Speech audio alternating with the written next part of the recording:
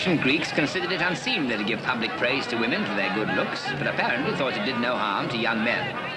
Note that, unlike our own popular playwrights in England and the United States, the great Athenians scorned what we call love interest and regarded sex appeal as indecent. It's true. Listen to the words put into the mouth of Aeschylus by Aristophanes. He boasts of how he made the Greeks crave, like lions to dash at the face of the foe, and leap to the call of the trumpet. But no Thena have I given you, no Phaedra, no heroine's trumpet. It's no use. This open-air experiment's no good. Or else they haven't the knack of attracting an audience. I'm afraid I must have bored you terribly. Oh, no, sir. No. You sounded a bit heathenish at first, almost as if you believed in them queer old gods. I talked to my missus about it. You see, sir, she's keen on the Salvation Army and likes good, serious talk. But when you said last Sunday that God was there all along, whatever they called him, I knew it was all right. I never thought much of myself as a speaker, but I've never lost my whole audience before. Oh, not at all, sir. I've heard worse. But there's two things that no speaker can stand up against. What are they, may I ask? One's a band, the other's a fight. Salvation Army knows that. They always has a band. Well, I'm off duty now that your meeting's over, sir. I'll take you across, if you like. Oh, thank you. There's a special attraction this Sunday. There's Major Barbara. Major Barbara? How can a woman be a major? Oh, she can in the army, sir. Or a sergeant, or a colonel, or even a general. Really? Yeah. If you want a tip or two on how to gather a meeting and hold it, you might do worse than hear her take the Sunday service. I will. I've a fancy for collecting religious experiences.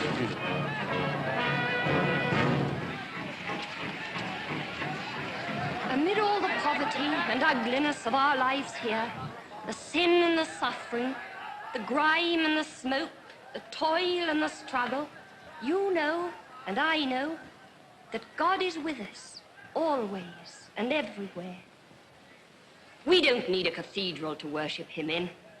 Here, beneath God's open sky, we can draw nearer to him. Some of you feel him near you even now, and feel, too, how much you need him. Won't you let him come into your life, now, today, as so many have done before? You want his strength, his guidance, his comfort, and you need his forgiveness and friendship. Some of you turn away from him in bitterness at the hardship of your lives, saying that you do not want God. You want happiness and beauty. God will give you both. There is no beauty like the beauty of the newly saved, who has found the unspeakable happiness that only the consciousness of God's presence and love can give. We in the army have our daily trials. Most of us are as poor as you are, but we are all happy, and the mark of that happiness is on us all for you to see. The rich are not happy. The poor have only to reach out their hands for God's happiness and take it. Is there anyone here who has courage enough to raise his hand as a sign that he would like us to pray for him? Make the decision now. In your need and loneliness, God can meet with you. There must be someone here who feels that he should raise his hand, but it isn't easy. It's the easiest thing in the world to do. You've done it often enough to beckon to your child or to stop a trolley car. You feel too shy, perhaps. Never mind. I will pray for him, and God will give him the courage of a lion. Come, do not keep God waiting. Thousands have done it, and if you can find me one who has done it and been sorry afterwards, I will put off this dear uniform and never pray again. Come, come. I know there is someone. Ah, I found him. Let the brave gentleman come to the front. Make room for him, please. Give me your hand, dear brother. Will you come with me to our shelter where we'll pray together? Friends, you will now sing How Sweet the Name of Jesus Sounds.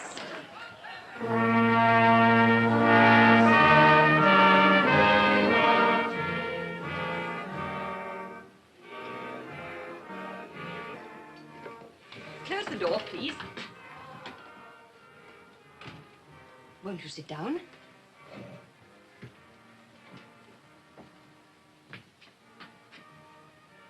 Now, before we pray a little together, may I tell you to forget that we've never met before? You mustn't be shy and distant with me. I can see that all's well with you. I can see in your face the new happiness that has just come into your life. You're a new man. You're saved. You feel that, don't you? Listen to me, Major Barbara. I'm here on false pretenses. It is true that a new happiness has come into my life. A happiness which I never quite believed in. But at any rate, I thought would never come into my life. It has come. Thank God. Take care. It hasn't made me a better man. It's made me an utterly unscrupulous one. What do you mean? Look at me. Look deep into my eyes. Is the new happiness that you see there the kind of happiness you're thinking of? It must be. There's no other happiness like it. It gladdens my heart because, under God, I have brought it there. Good. Now, let me warn you that I'm a scholar and a gentleman. I'm as poor as a church mouse, like all scholars. I'm no good for anything in the way of worldly success. But what does that matter? We're all poor here. We never think of money or success. When all our money's spent, we pray for more. And it comes. It always comes. Take your mind off such things. And now, shall we pray together? I never pray. At least, not in your way. The new thing that's come to me is not that I'm saved. I was saved when I was 5 years old, when I first swallowed your religion. Since then, I've swallowed 20 religions. It's my life's work. I'm interested in the essence of all religions, not in their catchwords or in yours. Let us find it for you here. We can. Nonsense. I have more to teach you about religion than you can yet imagine. You think so? Then why have you come here with me? Why did you hold up your hand? Because I have impulses that I cannot explain. They come very seldom, but when they come, nothing can stop me. There's an end of my conscience, of my prudence, of my reason. Such an impulse seized me the moment I saw you. You may be poor. Our table manners may be different. Our relatives may not mix. Probably everything is against our associating with each other. No matter. I will join the army. I will put on a uniform and beat the drum. In short, I am hopelessly and forever in love with you, and will follow you to the end of the world until you marry me. Is that plain?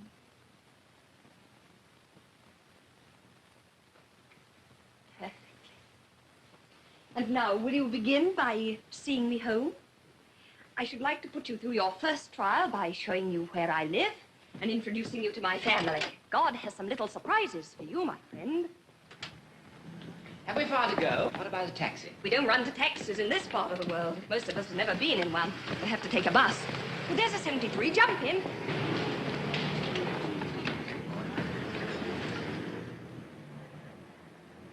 Don't ring. I have a latchkey. By the way, I'd better know your name before I go in. Well, you haven't mentioned yours, and it's I that have to introduce you. My name's Adolphus Cousins. Adolphus? What a name. I shall call you Dolly. My relatives do. I wish they didn't. Introduce me as Professor Cousins. Allude to me as Miss Undershaft. Undershaft. Not Undershaft, the Cannon King. The rival of Krupp and Skoda, the multimillionaire. Don't worry, Dolly. I haven't seen him since I was that high. You'll find my mother much more terrifying.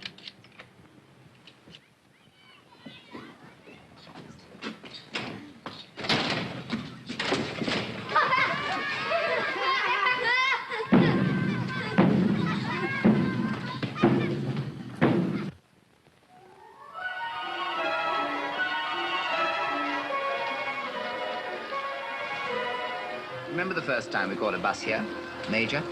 Yes, and you wanted to take me home in a taxi. I've cured you of those extravagant ideas, haven't I? Yes. Takes the daughter of a millionaire to teach economy to the penniless professor of Greek.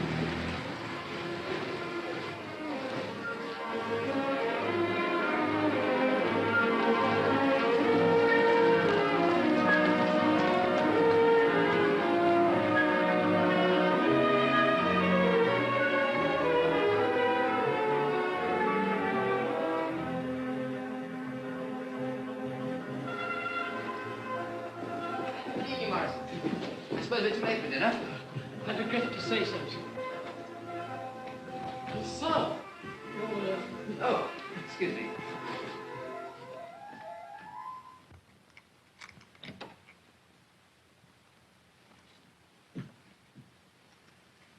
Is anything the matter, Mother? Presently, Stephen.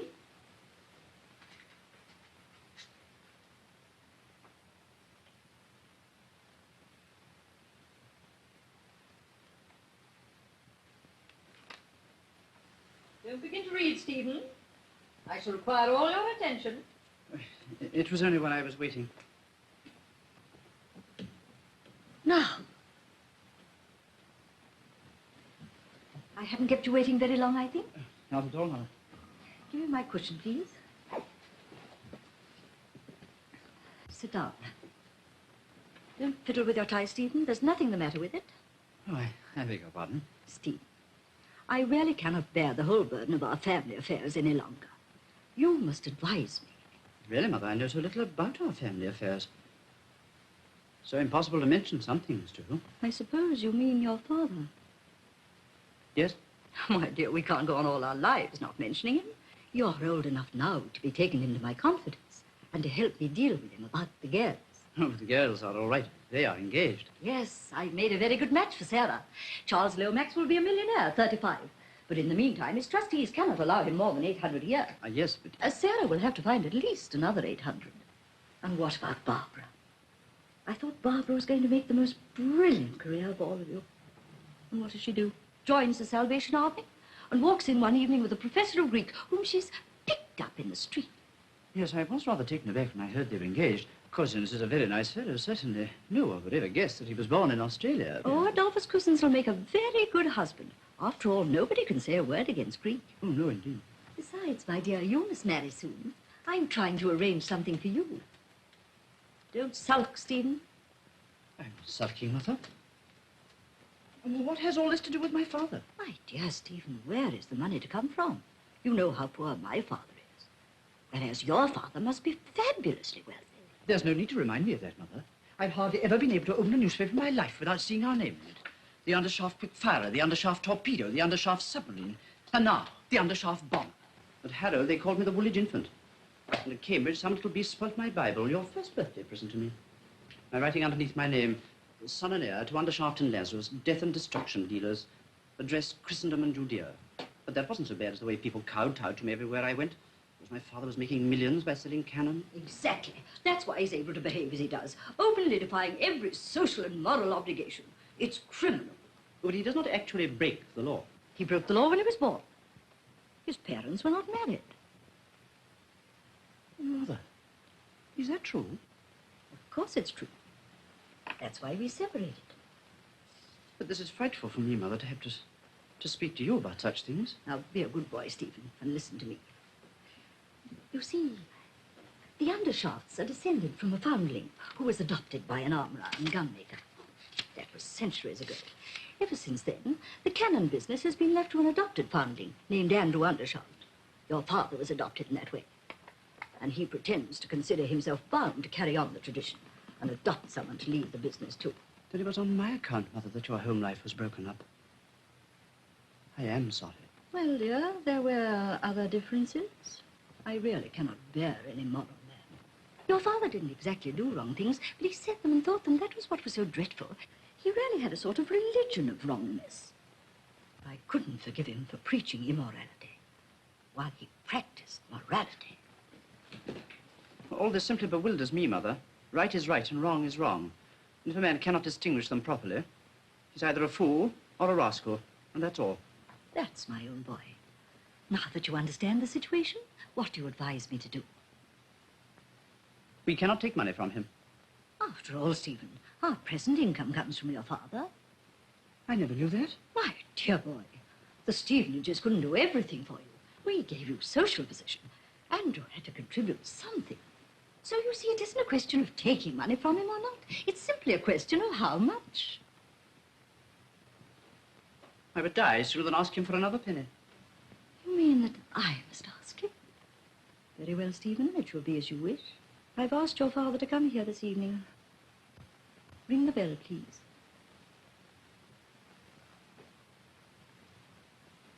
He may be here at any moment. Morrison, go and tell everyone to come to the drawing room at once. Yes, Lily.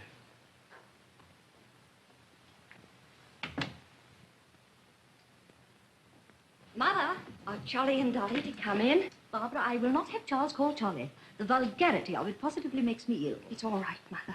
Are they to come in? Yes, if they will behave themselves.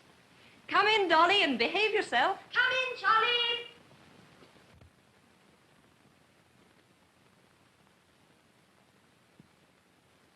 Sit down, all of you. Listen to me, children. Your father is coming here this evening. What? Oh, I say. You're not called on to say anything, Charles. Are you serious, Mother? Of course I'm serious. It's on your account, Sarah, and also on Charles's. I hope you're not going to object, Barbara. I? Why should I? My father has a soul to be saved like anybody else. He's quite welcome as far as I'm concerned. Yes. Well, not that I mind him coming here, you know, if Sarah doesn't. Thank you. Adolphus, have I your permission to invite my own husband to my own house? You have my unhesitating support in everything you do, Lady Brett. I wonder how the old boy will take it. Much as the old girl will, no doubt, Charles. No, I didn't mean it. At least I... You didn't think, Charles. You never do. The result is you never mean anything. Now, please attend to me, children. Your father will be quite a stranger to us. I suppose he hasn't seen Sarah since she was a little kid, really? Not since she was a little kid, Charles, as you express it with that elegance of diction and refinement of thought that seem never to desert you. Accordingly... Might I speak a word to you, my lady? Nonsense. Show him in. Yes, my lady.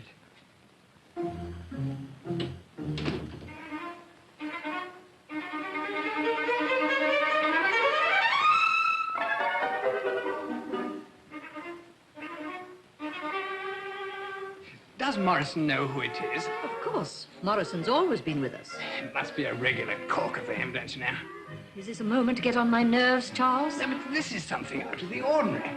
Really, I never expected to meet the mystery man of Europe.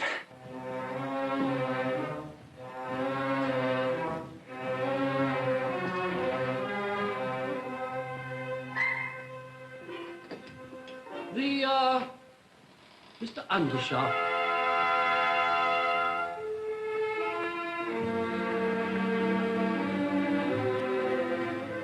Good evening, Andrew. How do you do, my dear? You look a good deal older. I am somewhat older. Time has stood still with you. Rubbish. This is your family. Is it so large? I'm sorry to say my memory is failing very badly in some things. Ah, I can see that you're my eldest. I'm very glad to meet you again, my boy. Andrew, do you mean to say you don't remember how many children you have? Well, I must confess I recollect only one son. So many things have happened since then, of Andrew, course. you're talking nonsense. Of course you have only one son. That is Charles Lomax, who is engaged to Sarah. My dear sir, I beg your pardon. Not all right, sir. This is Stephen. Happy to make your acquaintance, Mr. Stephen. Ah, then you must be my son. How are you, my young friend? He's very like you, my love. No, you flatter me, Mr. Undershaft. My name is Cousins, engaged to Barbara. This is Major Barbara Undershaft of the Salvation Army. This is Sarah, your second daughter. And that is Stephen Undershaft, your son. My dear Stephen, I beg your pardon. Not at all.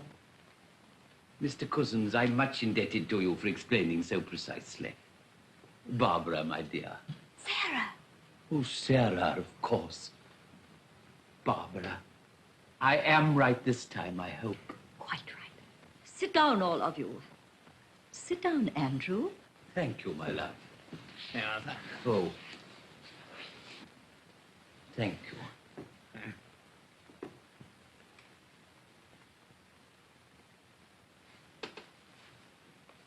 Takes us some time to find out exactly where you are, doesn't it? That's not what embarrasses me, Mr. Lomax. My difficulty is that if I play the part of a father, I shall produce the effect of an intrusive stranger. If I play the part of a discreet stranger, I may appear a callous father. There's no need for you to play any part at all, Andrew. You'd much better be sincere and natural. Yes, my dear. I dare say that will be best. Well, here I am. Now, what can I do for you all? You need not do anything, Andrew. You're one of the family. You can sit with us and enjoy yourself.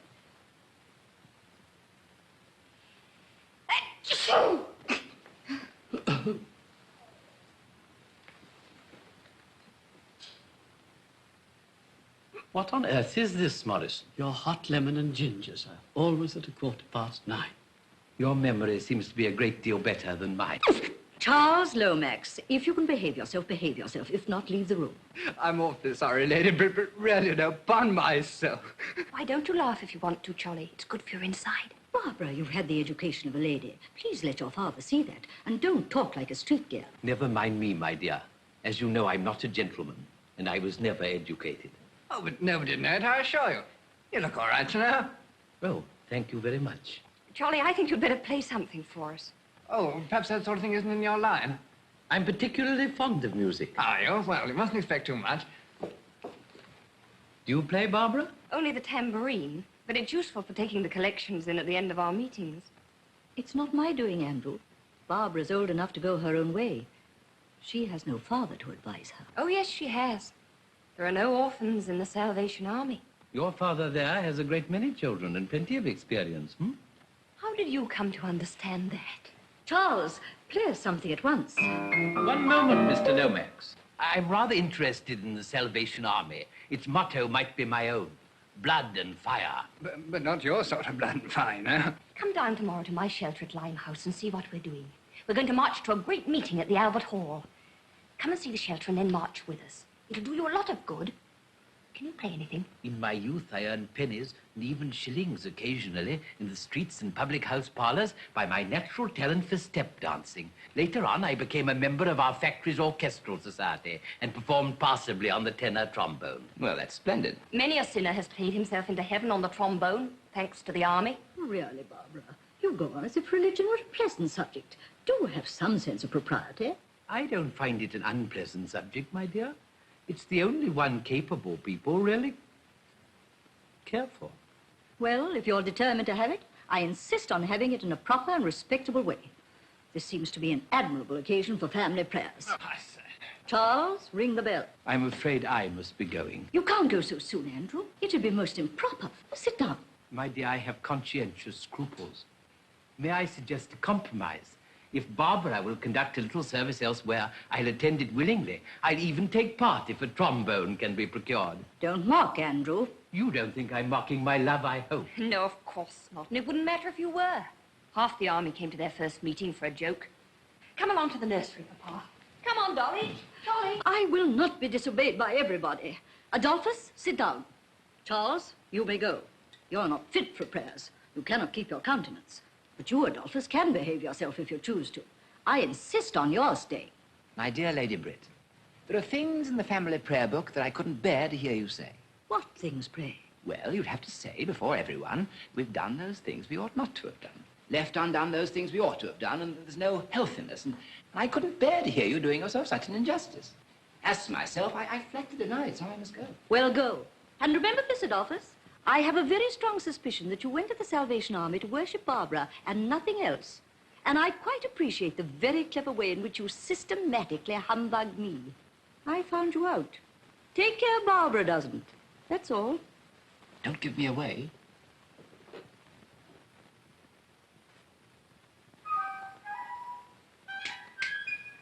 Sam, if you want to go, go. Anything's better than to sit there as if you wished you were 1,000 miles away. Very well, Mama.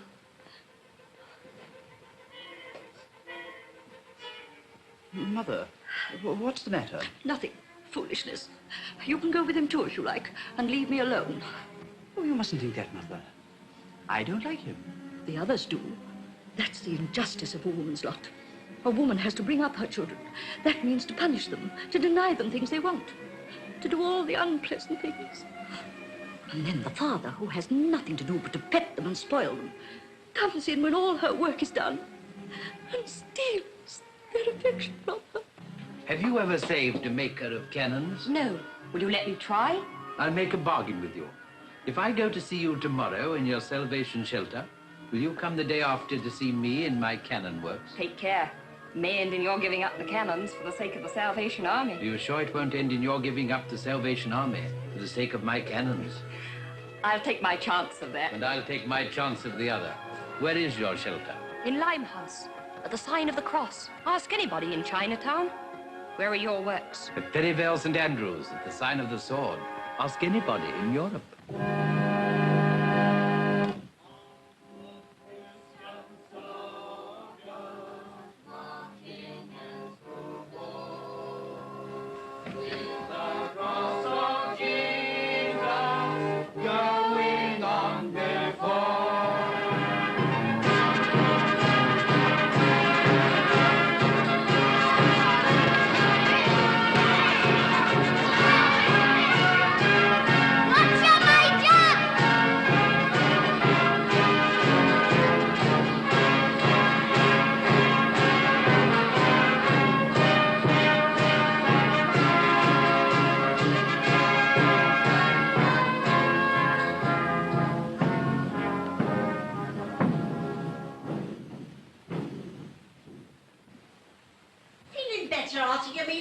No. Call this a meal? Good enough for you, perhaps. What is it to me, an intelligent working man? Working man? Yes. What are you? Painter. Yes, I guess. Yes. $3.10 a week when I can get it. Why don't you go and get it? Shall I tell you why? Because I'm intelligent. Yes, intelligent beyond the station of life into which it has pleased the capitalists to call me. And they don't like a man that sees through them. And second, an intelligent human being needs a due share of happiness, so I drink something crude when I get the chance. Third, I stand up for my class and do as little as I can so as to leave half the job for my fellow workers. And fourth, I'm flying up to know what's inside the law and what's outside it. And inside it, I do as the capitalists do, pinch what I can lay my hands on. What's your name? Price. Bronte O'Brien Price. Snobby Price for short. What's yours? Rummy Mitchins, sir. Your health, Miss Mitchins. Mrs. Mitchins? Mrs. Romola Mitchins. What? Oh, rummy, respectable married woman getting rescued by the Salvation Army by pretending to be a badder now. Same old game. Well, what was I to do? I can't starve. These Salvation lasses is dear good girls, but the better you are, the worse they likes to think you was afore they rescued you. And why shouldn't they have their bit of credit, the poor loves? They're wore to rags by their work. And where would they get the money to rescue us if we was to let on that we was no worse than other people? That's right. You know what ladies and gentlemen are. Ah, thieving swine. I wouldn't say no to their job, though, rummy, just the same. Who saved you, Mr. Price? Was it Major Barbara? No, I come here on my own. I'm going to be Bronte O'Brien Price, the converted painter. I know what they like. I'm going to tell them how I blasphemed and gambled and whopped me poor old mother. Used you to beat your mother? Not likely. She used to beat me. You come and listen to the converted painter, and you'll hear how she was a pious woman that taught me my prayers at her knee. And how I used to come home blind drunk and drag her out of bed by her snow-white hair and lam into her with a poker. That's what's so unfair to us women. Your confessions is just as big lies as ours is. Yeah. But you men could stand up and tell your lies right out at the meeting and be made much of for it. While the sort of confessions we has to make has to be whispered to one lady at a time. Take right, in spite of all their piety. Right? Do you suppose the Salvation Army'd be allowed if it went and did right? Not much. It combs our hair and turns us into good little blokes to be robbed and put upon. But I can play the game as good as any of them. I'll see somebody struck by lightning, or I'll hear a voice saying, "Snobby Price, where will you spend eternity?" Oh, I'll have a time of it, I can tell you. Come, pluck up. You'll be all right. Oh, poor old man. Cheer up, brother. You'll find rest and peace and happiness here. Hurry up with the food, missus. Fair done. I shan't be long. Buck up, Daddy. She's going to fetch you a nice thick slice of bread and scrape and a mug of sky blue. Keep up your old art. Never say die. I ain't old, man. I'm only 49. Well, that grey pet's come in my hair before I was 30. Am I to be turned out in the street to starve for it? And my job given to a younger man what can't do it no better than I can? Well, no good jawing about it. You're only a jumped-up, chucked-off, hospital turned out incurable of an old working man who cares about your way. You make the thieving swine give you a square meal. They stolen plenty from you. You get a bit of your own back. Ah, there we are, brother. Now, you ask a blessing and tuck that into you. Go on. There. Well, I never took nothing at all. Oh, come. The Lord wasn't above taking bread from his friends, so why should you be? Besides, when we find you a job, you can pay us for it if you like. Yes, miss. Yeah, that's right. I can pay you back. It's only a loan. Well, Rummy, are you more comfortable today? Bless you, lovey. You fed my body and saved my soul, didn't you? You look ready to drop. Sit down and rest a bit. Oh, not yet, Rummy. There's more work than we can do. I mustn't stop. You try a prayer for just 2 minutes. You'll work all the better after. Oh, isn't it wonderful how a few minutes prayer revives you? I was quite lightheaded this morning. I was so tired. But Major Barbara just sent me to pray for 5 minutes. And I was able to go on as if I'd only just begun. Did you have a piece of bread, Mr. Price? Yes, miss, but I got the peace that I value more, and that's the peace that passeth all understanding. Glory, hallelujah. Oh, that makes me so happy. When you say that, I feel wicked for loitering here. Oh, I must get to work again.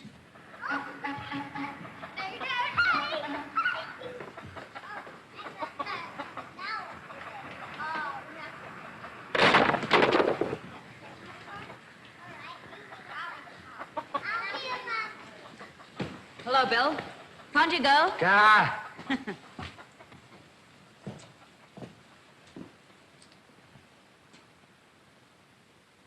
I know you.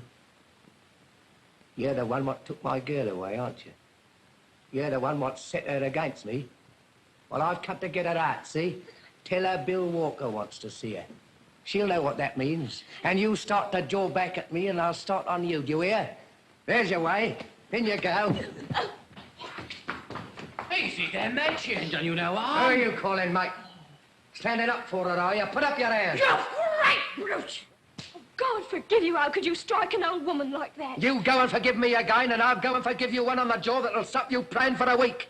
Have you anything to say against that? No, mate, it's nothing to do with me. No. Good job for you, you staff care. Now, are you going to fetch out Moggy Jim, and I'm going to knock your block off and fetch her out myself, eh? Oh, please, someone go in and tell Major Barbara. You want to tell your Major and me, do you? Please don't drag my hair. Let me go. Do you or don't you? Yes or no? Oh, God, give me strength. Oh. Go and show her that and tell her, if she wants one like it, to come and interfere with me. Here, finish your mess and get out of my way. You'll take a liberty with me and I'll bash your face with this mug and cut your eye out. Coming, shoving and bullying your way in here with a bread of charity is sickening in our stomachs. What good are you, you old palsy maggot? What good are you? As good as you and better. I'll do a day's work again you or any other fat young soaker of your age. Well, what do you know? Not even how to behave yourself. Coming in here and laying your dirty fist across the mouth of a respectable woman. Don't provoke me to lay it across yours, do you hear? Yeah, you'd like to eat a old man, wouldn't you? After you done with the women. I ain't seen you with a young man yet. You lie, you old soup kitchener, you. There was a young man here just now. Did I offer to hit him or did I not? Was he starving or was he not? Was he a man? Or just a cross-eyed thief and a loafer?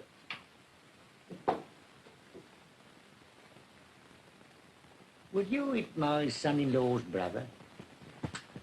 Who is he? Todger Fairmile, the Ball's Pond. Him what won the £20 off the Japanese wrestler at the music hall for standing up against him for 17 minutes, 14 seconds. I ain't no music hall wrestler. Can he box? Yes, and you can't. What, I can't I? What's that you say? Will you box Todger Fairmile if I put him on to you? I'll stand up to any man alive if he was 10 Todger Fairmiles, but I don't set up to be a professional. Here, what am I doing talking to an old mucker like you for?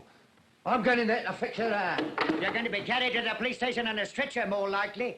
You mind what you're about. Why, haven't you heard that the Major here is a grand order earner? Yeah. You'll see. Well, I ain't done nothing to her. Suppose she says you did. Who's going to believe you? God, there ain't no justice in this country. I'm as good as her. Tell her so.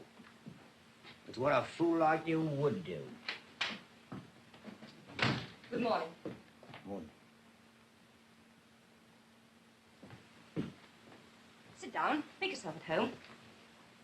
Now then, since you've made friends with us, we want to know all about you. Name and trades, please.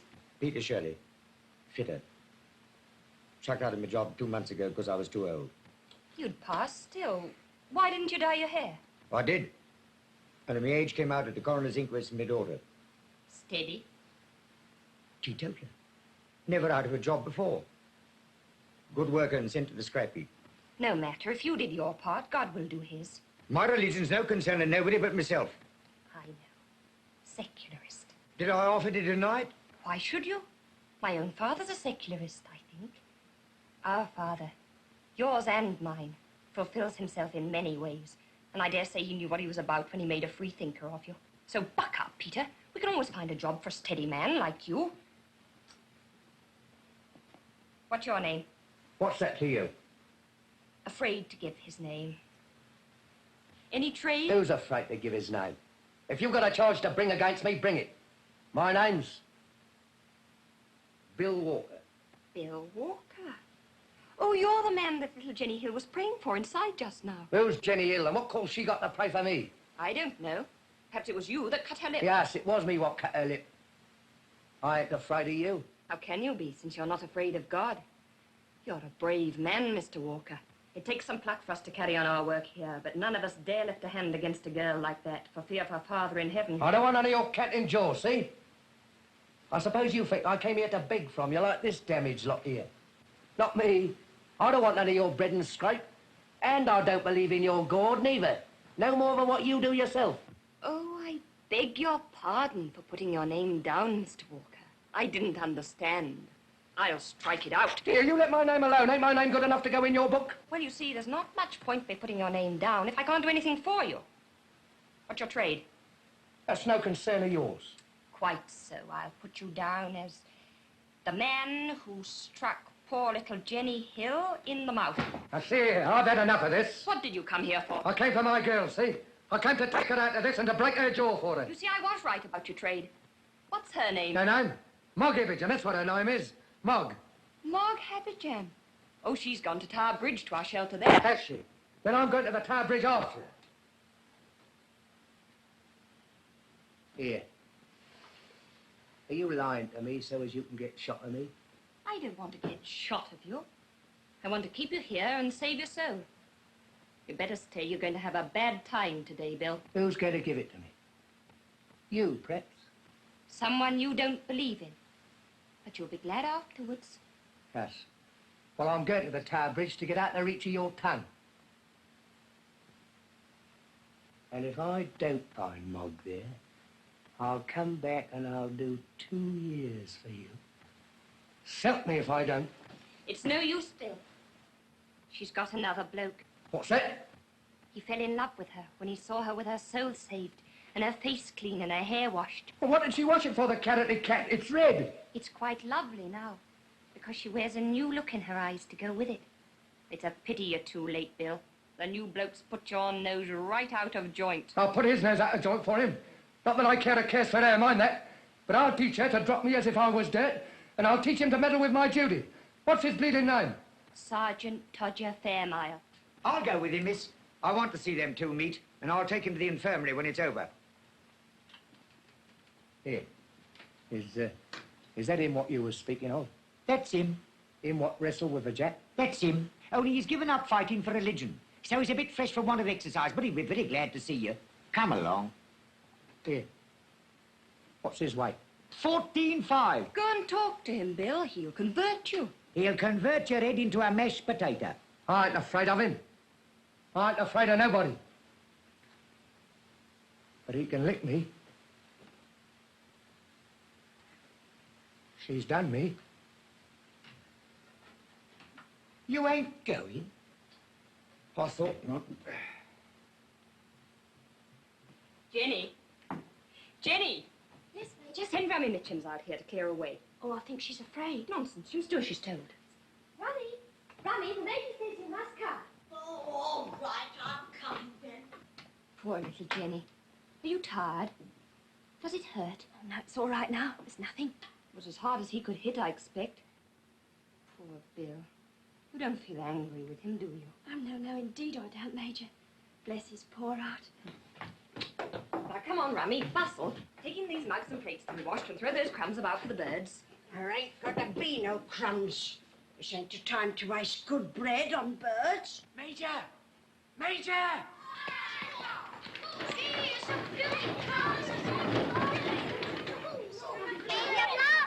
Well, my dear.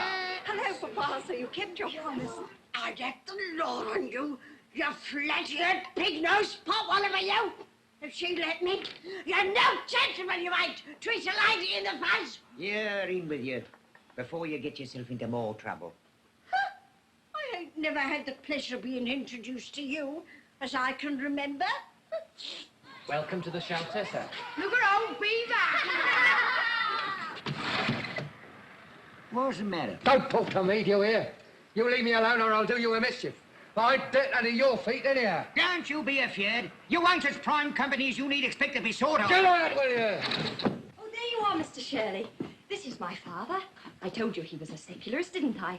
Perhaps you'll be able to comfort one another. A secularist? Not the least in the world. On the contrary, I'm a confirmed mystic. I'm sorry. By the way, Papa, what is your religion, in case I have to introduce you again? My religion? My dear, I'm a millionaire. That's my religion. Well, then I'm afraid you and Mr. Shirley won't be able to comfort one another after all. You're not a millionaire, are you, Peter? No.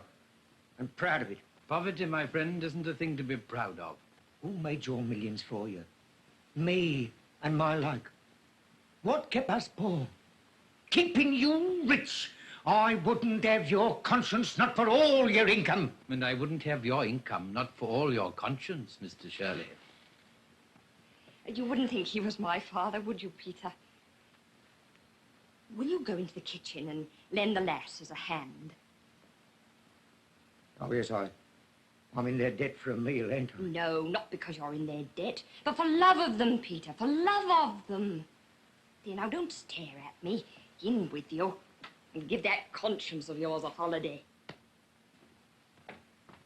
Oh, never mind me, my dear. You just go about your work and let me watch it for a while. Very well, Papa. For instance, what's the matter with this outpatient over here? Oh, we'll cure him in no time. Just wait.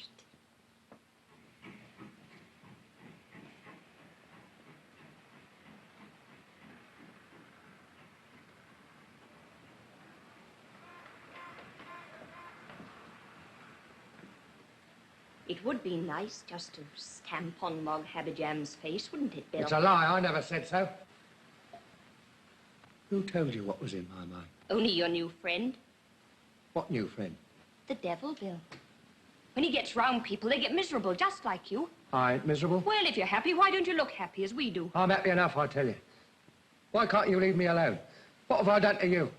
I ain't smashed your face in, have I? It's not me that's getting at you, Bill. Who else is it? Somebody that doesn't intend you to smash women's faces, I suppose. Somebody or something that wants to make a man of you. Make a man of me? Ain't I a man, eh? Who says I'm not a man? Well, there's a man in you somewhere, I suppose, but why did he let you go and smash little Jenny Hill's face? Now, that wasn't very manly of him, was it? Have done with it, I tell you. Chuck it. I'm sick of your Jenny Hill and her silly face. Then why do you keep thinking about it? Why does it keep coming up against you in your mind? You're not getting converted, are you, Bill? Not me, not likely. That's the spirit. Hold out against it. Put out your strength. Don't let's get you cheap. Todger Fairmile said he wrestled against his salvation harder than he ever wrestled with the Jap at the music hall. He gave in to the Jap when his arm was going to break, but he didn't give in to his salvation until his heart was going to break. Or perhaps you'll escape that. You haven't any heart, have you, Bill? Why ain't I got a heart? Same as what anybody else has. Well, a man with a heart wouldn't have smashed poor little Jenny Hill's face, would he? Leave me alone, will you? Have I ever meddled with you? Nagging and provoking me like this? It's your soul that's hurting you, Bill. And not me. We've been through it all ourselves. Come with us, Bill. To brave manhood on earth and eternal glory in heaven. Come. Oh, there you are, Dolly. I want to introduce a new friend of mine, Mr. Bill Walker. Bill, this is my bloke, Mr. Cousins. What? Going to marry him? Yes. Heaven help him. Heaven help him. Why, don't you think he'll be happy with me? Well, I've only had to stand it for an afternoon. He'll have to stand it for a lifetime. That is a frightful reflection, Mr. Walker, but I can't tear myself away from her. Well, I can. Here. Do you know where I'm going to and what I'm going to do? Yes, you're going to heaven, and you're coming back here before the week's out to tell me You so. lie. I'm going to Tower Bridge to spit in Todger Fairmile's eye. I bashed Jenny Hill's face in. Well, now I'll get my own face bashed and come back and show it to her. He'll hit me harder than what I hit her. That'll make us square. Is that fair or is it not? You're a gentleman. You ought to know. But two black eyes won't make one white one, Bill. Can't you never keep your mouth shut? I asked the gentleman. Yes, I think you're right, Mr. Walker. Yes, I should do it. It's curious. It's exactly what an ancient Greek would have done. But what good will it do? Well, it'll give Mr. Fairmire some exercise, and it'll satisfy Mr. Walker's soul. There ain't no such thing as a soul. How can you tell whether I've got a soul or not? You ain't never seen it. I've seen it, hurting you when he went against it. If you was my girl and took the words out of my mouth like that, I'd give you something you'd feel hurting, I would. You take my tip, mate. Stop there, Joe, or you'll die afore your time. Wore out. That's what you'll be. Wore out. I wonder. Dolly. Yes, my dear, it's very wearing being in love with you. If it lasts, I quite think I shall die young. Should you mind? Not in the least. Well, Oh, Papa. We'd not forgotten you. You ready, miss? Yes, I'm coming, Snobby. Now, Dolly, explain the place to Papa. And don't get up to any mischief, you two.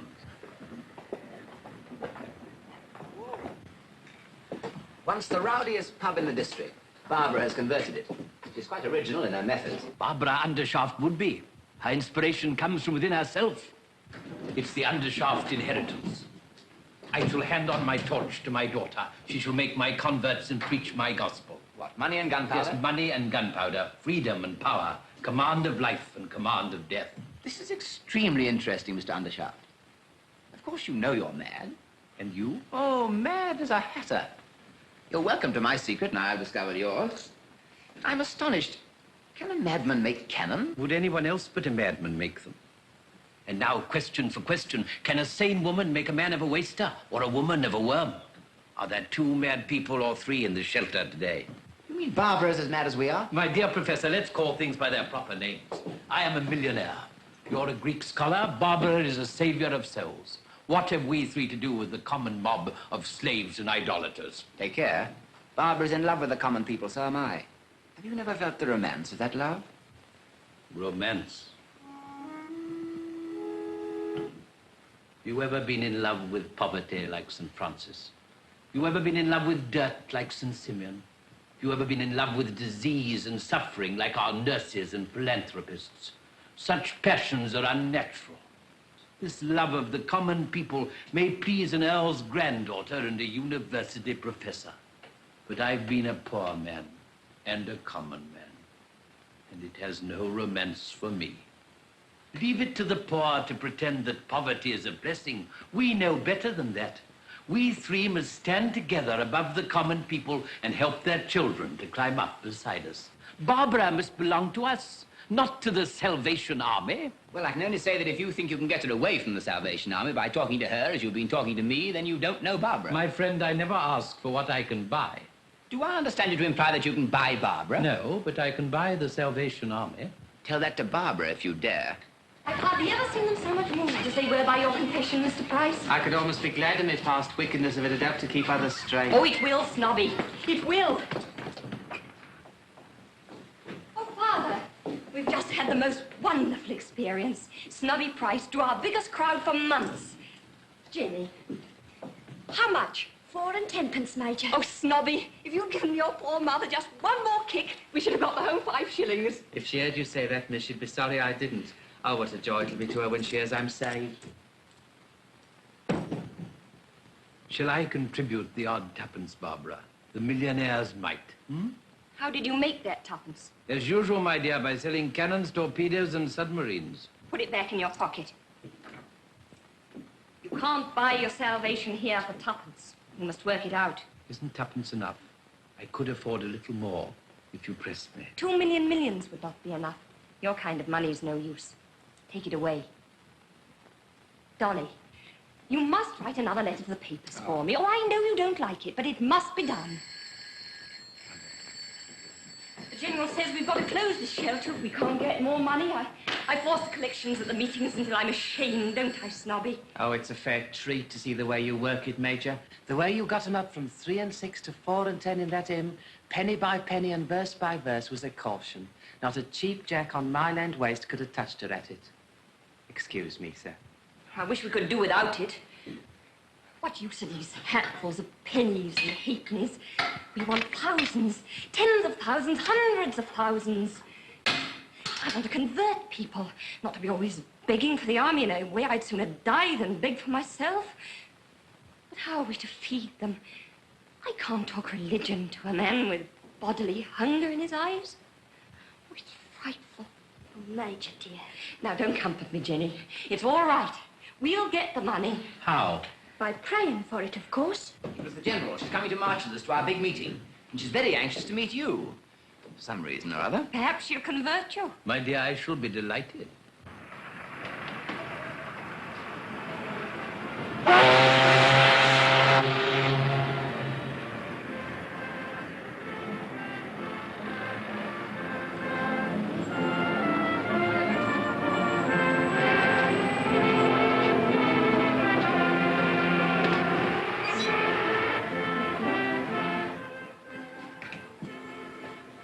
Half a bitter and put some gin in it. Dog's nose, right on, mate.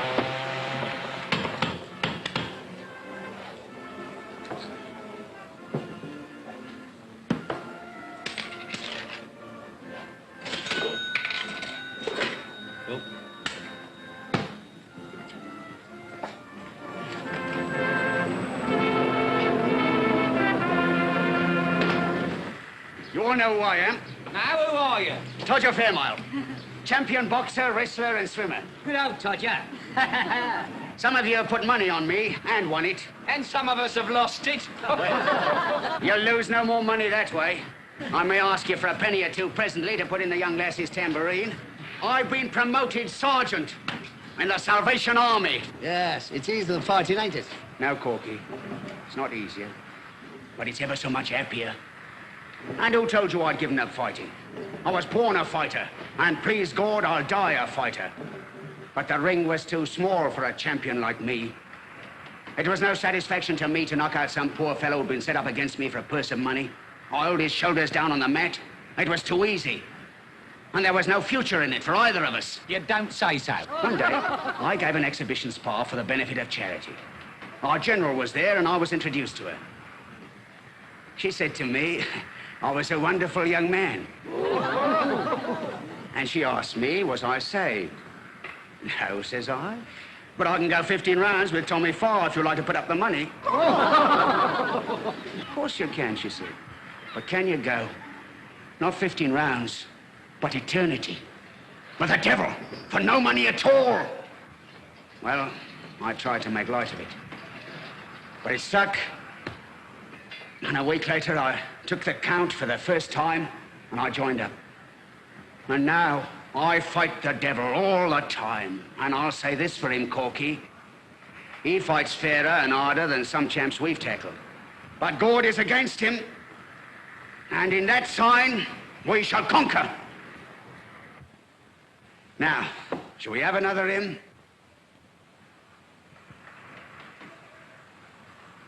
You're Todger Fairmile, are you? Sergeant Fairmile, at your service. You're the one what took my girl away, are you? And I'm a mug Ibbagem. Bill! Don't you know me? Blimey, it's their voice. Here, what have you done to yourself? What's he done to you? Sergeant is still Walker, that was my bloke. And I'm so changed he doesn't know me. We'll make the same change in you, Bill. Is that what you've come for? I've come to get my face changed right enough. And you're the one what's going to change it. Take that. Here's my jaw. Go on, hit it. Hit it your best. Break it.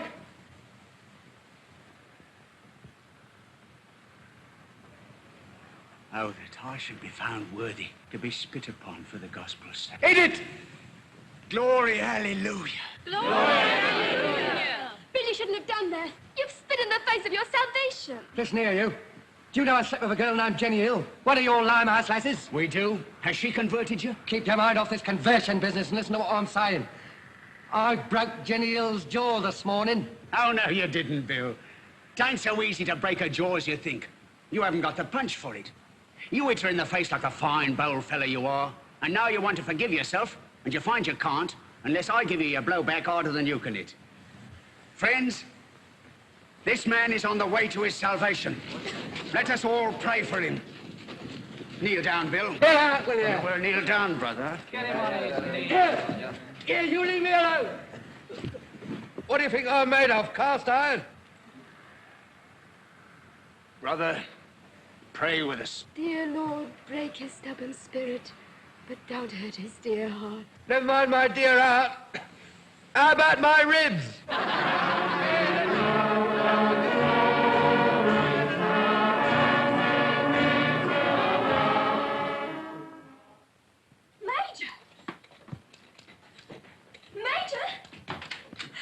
Major, that man's back again. Oh, the one that hit me. Oh, I hope he's come back to join us. Well, get out. Hello, Bill. Back already? Been talking ever since, have you? Pretty nearly. Has Todger paid you out for poor Jenny's jaw? No, he ain't. You want to know where the dirt come from, don't you? Yes. Well, it come off the ground at Tower Bridge, see? It got rubbed off by my shoulders. It's a pity it wasn't rubbed off by your knees. That would have done you a lot of good. I was saving another man's knees at the time. Mind, I did what I said I'd do, spit in his eye. Then Mogg said, glory, hallelujah, and he called me brother. And downed me as if I was a kid and he was my mother, washing me on a Saturday night. Kneeling on me head he was, 14 stone 5, praying comfortable with me as a carpet. Served you right, Bill. Oh, I wish I'd been there. Yes, you'd have got an extra bit of talk on me, wouldn't you? Yes. I'm so sorry, Mr. Walker. Don't you go being sorry for me. What I done, I'll pay for. I tried to get my own jaw broke to satisfy you. Oh, no. I tell you I did. And if I can't satisfy you one way, then I can another. Listen. Here's my last quid. Now take it. And let's have no more of your forgiving and praying and your major jaw in it. Oh, no, I couldn't take it, Mr. Walker. But if you would give a shilling or two of it to poor Rummy Mitchins. Now, you really did hurt her, and she's old. Not me, not likely. I'd give her another as soon as look at her. She ain't forgiven me. Not much. It's this Christian game of yours I want to have played up against me. I won't have it, I tell you. So take your money and stop throwing your silly badge face up against mine. Major, may I take a little of it for the army? No. The army's not to be bought. Bill, we want your soul, and we'll take nothing less. I know. Me and my few bob ain't good enough for you. You're an earl's granddaughter, you are. Nothing less than £100 would do for you. Come, Barbara, you could do a great deal of good with £100. If you'll set this gentleman's mind at ease by taking his £1, I'll give you the other 99. Oh, Papa, you're too extravagant. Bill offers 20 pieces of silver. All you need offer is the other 10. That will make the standard price to buy anybody who's for sale. Well, I'm not, and the army's not. Bill, you'll never have another quiet moment until you come round to us. You can't stand out against your salvation. I can't stand out against music hall wrestlers and artful-tongued women. I've offered to pay and I can't do no more. There it is. Take it or leave it. Mr. Walker, apparently we're in the same boat. Perhaps we can help each other. You'd better come and see me. I don't want none of your charity. It's not charity I'm offering you, it's work. My dear, it was an inspiration to have asked your father here today. God needs him, Major. God needs him.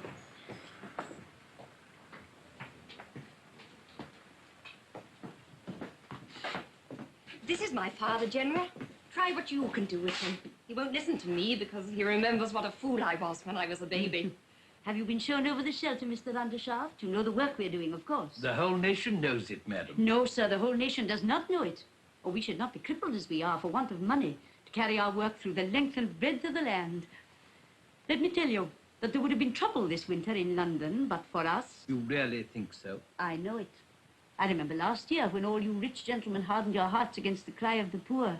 They demonstrated outside your clubs in Piccadilly. And actually walked into the Ritz and demanded a meal. I remember very well. Well, won't you help us to get at the people? They won't demonstrate then. Come here, my man. Let me show you to this gentleman. You remember the epidemic of window smashing? Remember it? I was the ringleader, Mum. Would you break windows now? Oh, no, Mum. The windows of heaven have been opened to me. I know now that the rich man is a poor sinner like myself. Begging your pardon, Mum.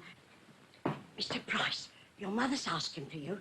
She's heard about your confession. Go, my friend, go to your mother and pray for her. You can come through the kitchen, Mr. Price. Oh, I couldn't face her now, ma'am, not with the weight of my sins fresh on me. Tell her she'll find her son at home, waiting for her in prayer.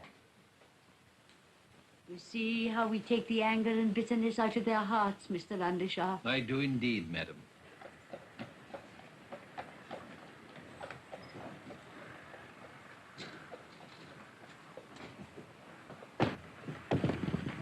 Who's been bashing whose, Mother?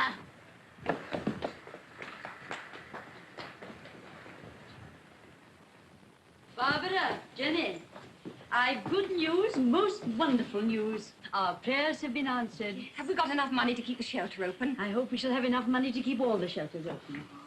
Lord Saxmundham has promised us £50,000. Hooray! If what? If 5 other gentlemen will give 10,000 each to make it up to the 100,000. But who is Lord Saxmundham? I never heard of him. A new creation, my dear. Do you ever hear of Sir Horace Bodger? Bodger? Do you mean the distiller? Bodger's whiskey? Yes, that's the man. He's one of the greatest of our public benefactors. He restored the cathedral at Hackington. They made him a baronet for that. He gave £500,000 to the funds of his party. They made him a viscount for that. What'll they give him for the 50,000? There's nothing left to give him, so the 50,000, I imagine, is to save his soul. Heaven grant it may. Oh, Mr. Undershot, you have some very rich friends. Can't you help us towards the other 50,000? Look, we're going to hold a great meeting this evening at the Albert Hall. If I could only announce that one gentleman had come forward to support Lord Saxmundham, others would follow. Don't you know somebody? Couldn't you? Wouldn't you? Oh, think of those poor people, Mr. Undershaft. Think of how much it means to them and how little to a great man like you. Madam, you're irresistible. I can't disappoint you. And I can't deny myself the satisfaction of making Bodger pay up. You shall have your 50,000. Thank God. You don't thank me, madam. Oh, sir, don't try to be cynical. Don't be ashamed of being a good man. The Lord will bless you abundantly, and our prayers will be like a strong fortification round you all the days of your life. You'll let me have the cheque to show at the meeting, won't you? Mr. Duff. Thank you. I prefer my own.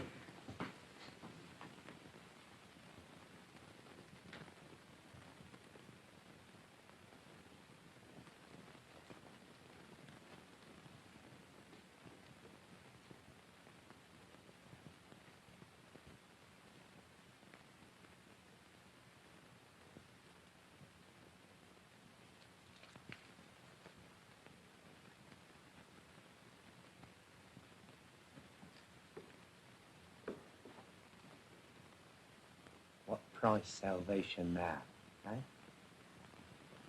Stop!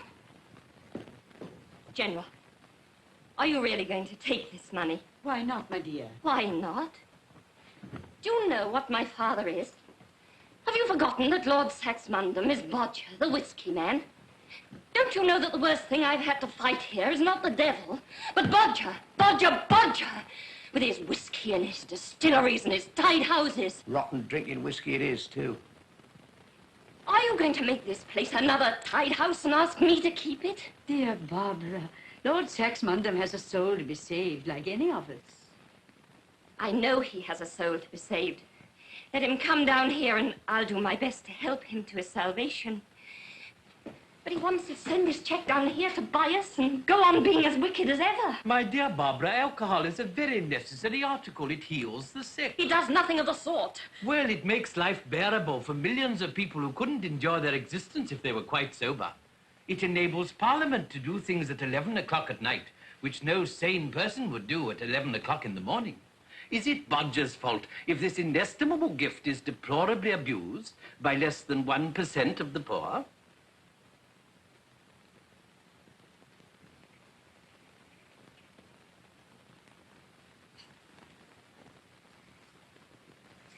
Barbara, will there be less drinking or more if all those poor souls we are saving come tomorrow and find the doors of the shelter shut in their faces?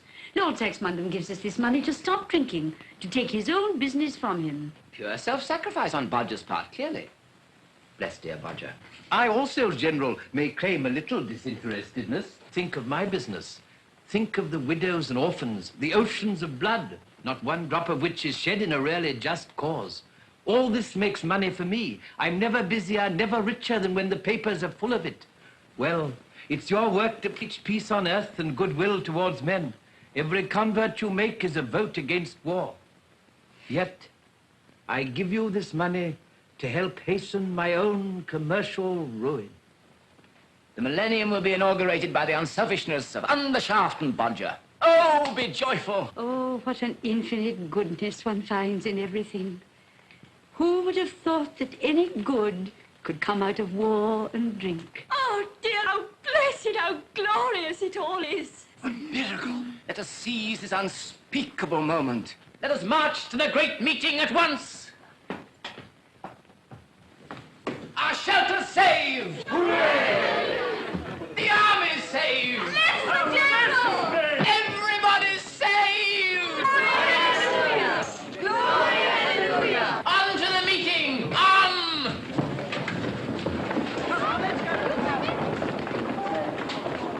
Mr. Undershaft, have you ever seen 5,000 people fall on their knees with one impulse and pray?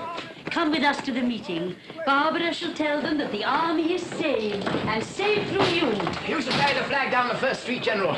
Mr. Undershaft is a gifted trombonist. He shall march with us, blasting us to high heaven. Blow, Machiavelli, blow! I'll do my best. I could vamp a bass if I knew the tune. It's a wedding chorus from Donizetti's operas. But we've converted it. We convert everything here, including Bodger.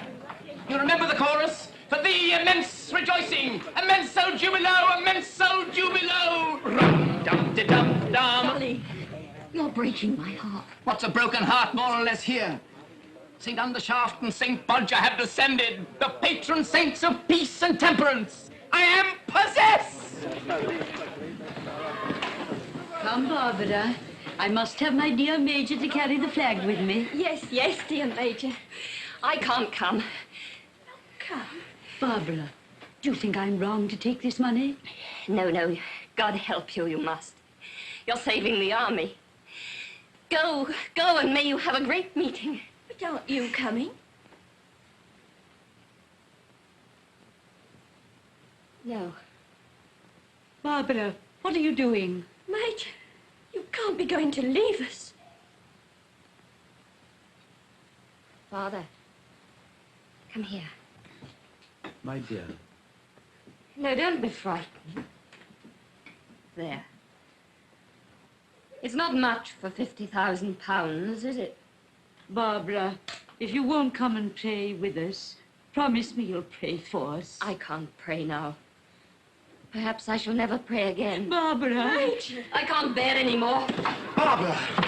Quick, march! Come on, Machiavelli! I must go now, my dear. You're overworked. You'll be all right tomorrow. We'll never lose you. Now, Jenny, step out for the old flag.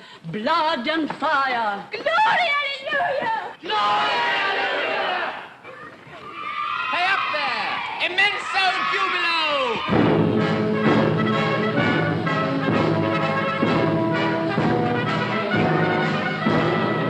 Blood and fire. My ducats and my daughter, honey and gunpowder. Drunkenness and murder.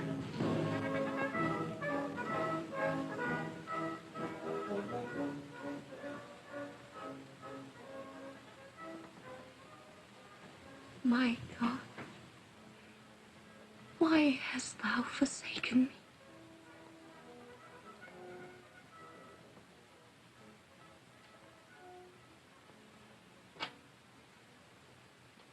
What price salvation now? Don't you hit her when she's done. She hit me when I was down.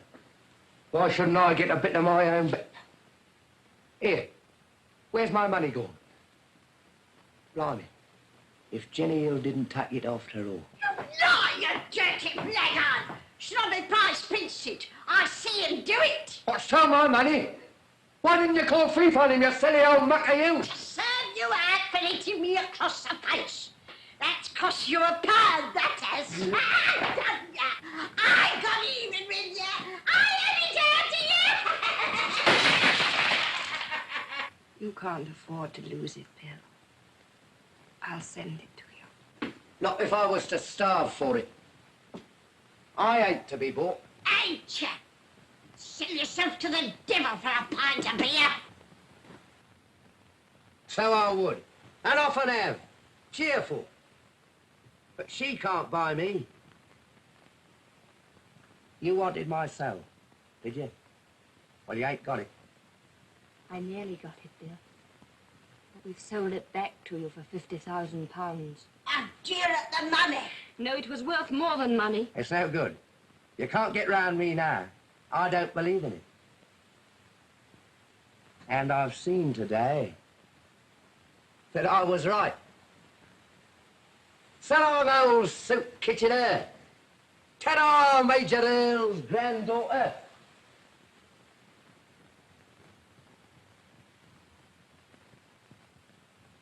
What price salvation now?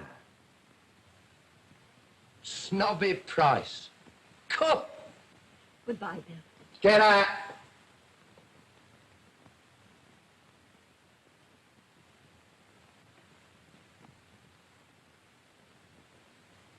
That's all right, you know. Nothing personal. No malice. So long. Judy?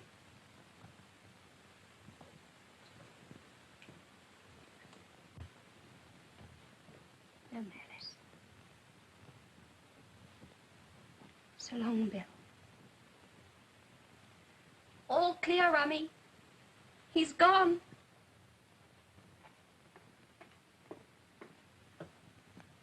You make too much of him, miss, in your innocence.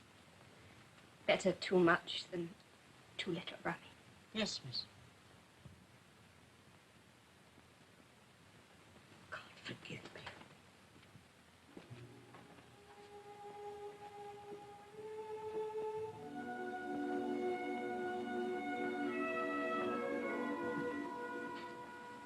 Let's go, Peter.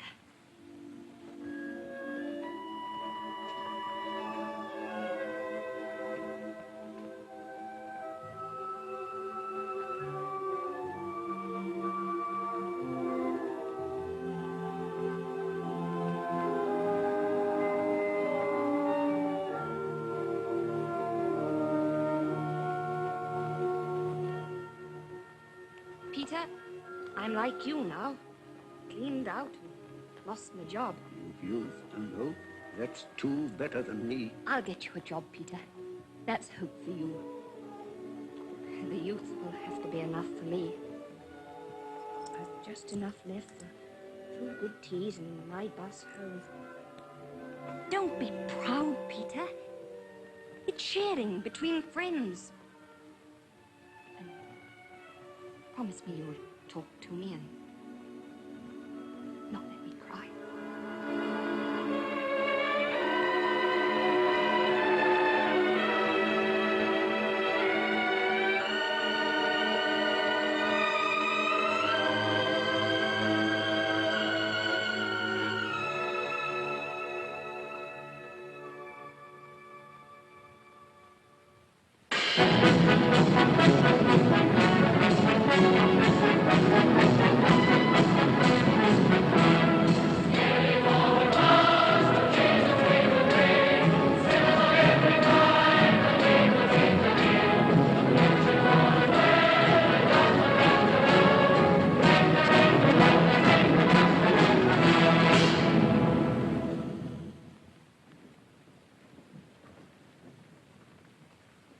Let us pray.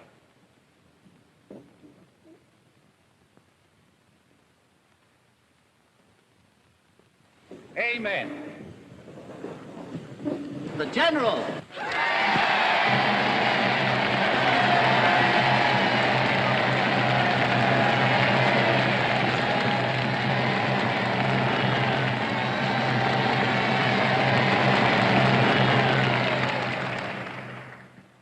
Friends, we have a duty tonight which we must not forget. God has answered our prayers wonderfully by sending us a great gift, one that will enable us to get through many winters as bitter as this one has been. without stinting one of his children of their little ration of bread and milk and their warm blanket in the shelter. You all know the name of the nobleman who, under God, was the instrument of the first half of that gift. You will pray for him and rejoice in his salvation. God bless Lord Saxmundham! You do not know the name of that other generous servant of God who has made up the whole sum for us. And I must not tell it to you, for he is one of those who does not let his right hand know what his left hand doeth.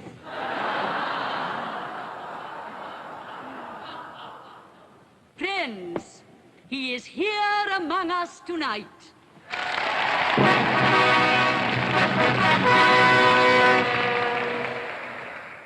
This afternoon, when he announced his magnificent offering to me, I exclaimed, "Thank God." He smiled and said, "You do not thank me." I told him to come to this meeting, and he would hear how we thanked him. He has come, and you have kept my word for me.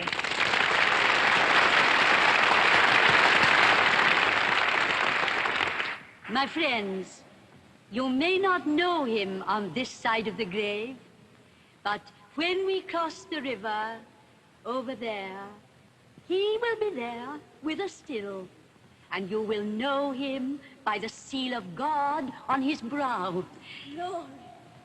We will now sing our old favorite, "Abide with Me."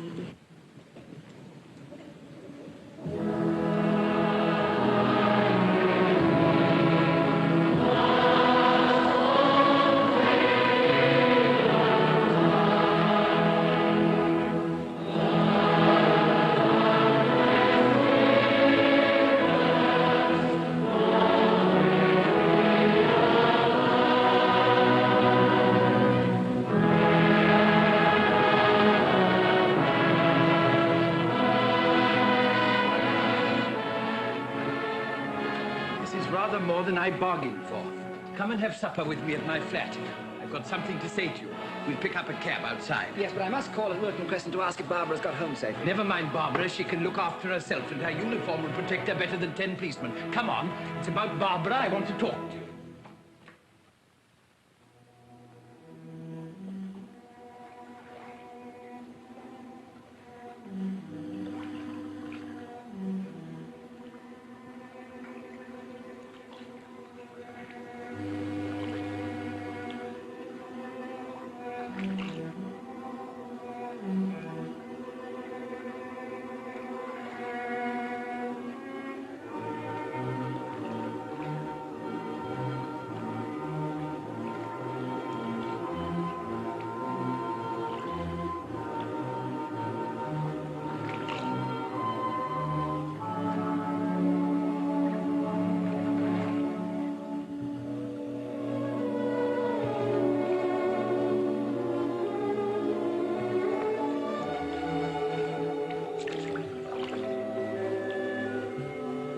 Now, then, what's your game? I've been watching you. Don't try throwing yourself after that bonnet and giving me the trouble of fishing you out, because you won't be let do it, see? That's what you thought, is it? Even if I wanted to throw away my life, I wouldn't risk yours. You'll excuse me, miss, but are you quite yourself this evening? I'm not at all sure. I've walked a very long way, and I've become quite tired suddenly. Do you think you could find me a taxi to take me home? Taxi, miss? What you want, by the look of you, is an ambulance.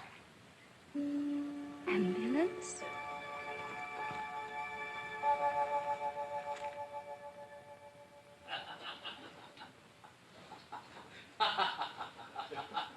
But she said, "You don't think me that." A remarkable woman. It's nice and warm in here. Help yourself, my friend. Have some brandy. No, thanks. I'll have some water. My throat's still dry. I don't know how to sing, and the result of my attempts at the meetings is always incipient laryngitis.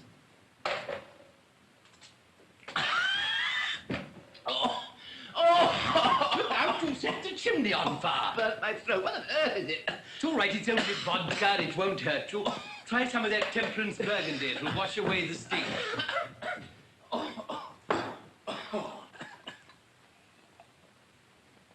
You may call it a temperance burgundy, sir, but I should be sorry to venture on more than one glass of it myself. Nonsense, after that awful stuff, it's like milk. Steady, steady. My burgundy isn't as mild as it seems. Oh, are you all right? Perfectly. Good. You don't mind if I get rid of this? That means you're getting rid of Barbara. Not at all. Yes, she refused to swallow Bodger's whiskey. Do you think she's any more likely to swallow your money and gunpowder? She's swallowed a good deal of it already, my friend. What do you suppose she's been living on all these years? You think you'll end by making me swallow them, don't you? Both of you will have to swallow them. They're mystical powers above and behind the three of us that will make short work of your scruples. Do you think I don't know all about the mystical powers, Machiavelli? You remember what Euripides says about your money and gunpowder? No. One and another in money and guns may outpass his brother, and then in their millions float and flow and seed with a million hopes as level. And they win their will, or they miss their will, and their hopes are dead or are pined for still. But where can know as the long days go that to live is happy, as found is heaven? It's my translation. What do you think of it? I think, my friend, that if you wish to know as the long days go that to live is happy, you must first acquire money enough for a decent life and power enough to be your own master. You're damnably discouraging. What else is wisdom? What of man's endeavor or God's high grace so lovely and so great? To stand from fear set free, to breathe and wait, to hold a hand uplifted over fate. And shall not Barbara be loved forever? Oh, Euripides mentions Barbara, does he? It's a fair translation. The word means loveliness. And may I ask, as Barbara's father, how much a year she's to be loved forever on? As Barbara's father, that's more your affair than mine. I can feed her by teaching Greek, that's about all. Do you consider it a good match for her? Mr. Undershaft, I am in many ways a weak, timid, ineffectual person, and my health is far from satisfactory.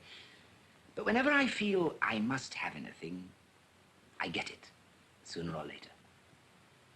I feel that way about Barbara. I don't like marriage. I feel intensely afraid of it. I don't know what I shall do with Barbara or what she'll do with me. But I feel that I and nobody else must marry her. Please regard that as settled. Oh, not that I wish to be arbitrary, but why should I waste your time in discussing what's inevitable? You mean you'll stick at nothing? Precisely.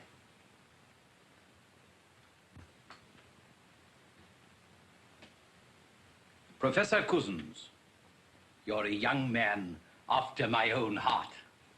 Mr. Undershaft, you are, as far as I'm able to gather, a most infernal old rascal.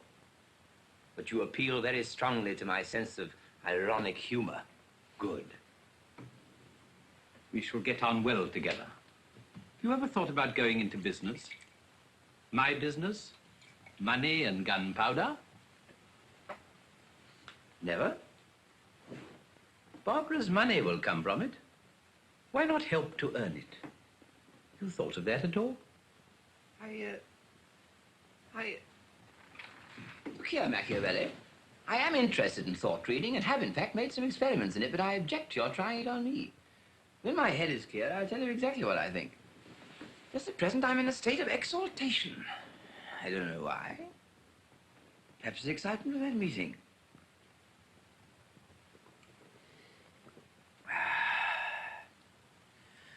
Whew. The room's very hot. Might we have a window open for a moment? Certainly. James, I should like a breath of fresh air myself. Sir? Draw back those curtains and open the window, will you? It's a very windy night, sir. So much the better. It's only for a moment.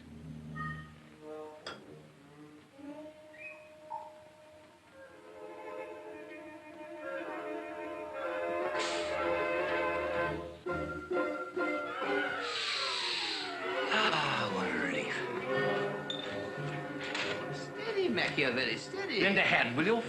Quick! Right.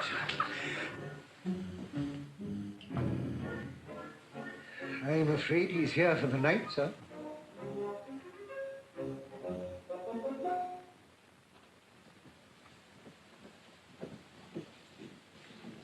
Nobody down yet? Mr. Stevens down, lady, and has had his breakfast.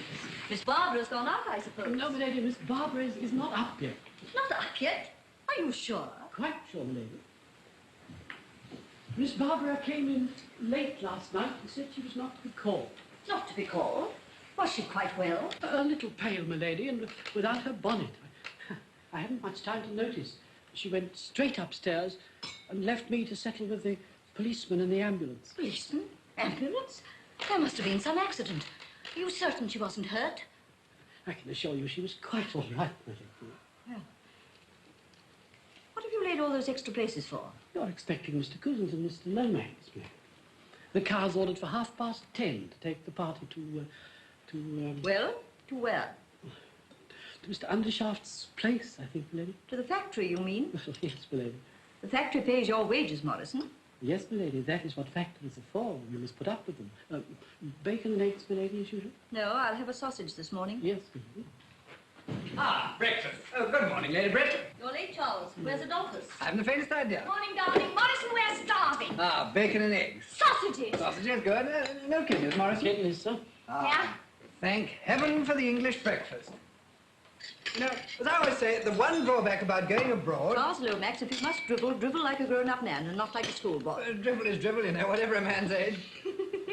Good morning, everybody. Morning, Barbara. Morning. Good heavens, you've chucked the uniform. You mean that Barbara's changed her dress, Charles? Why not say so?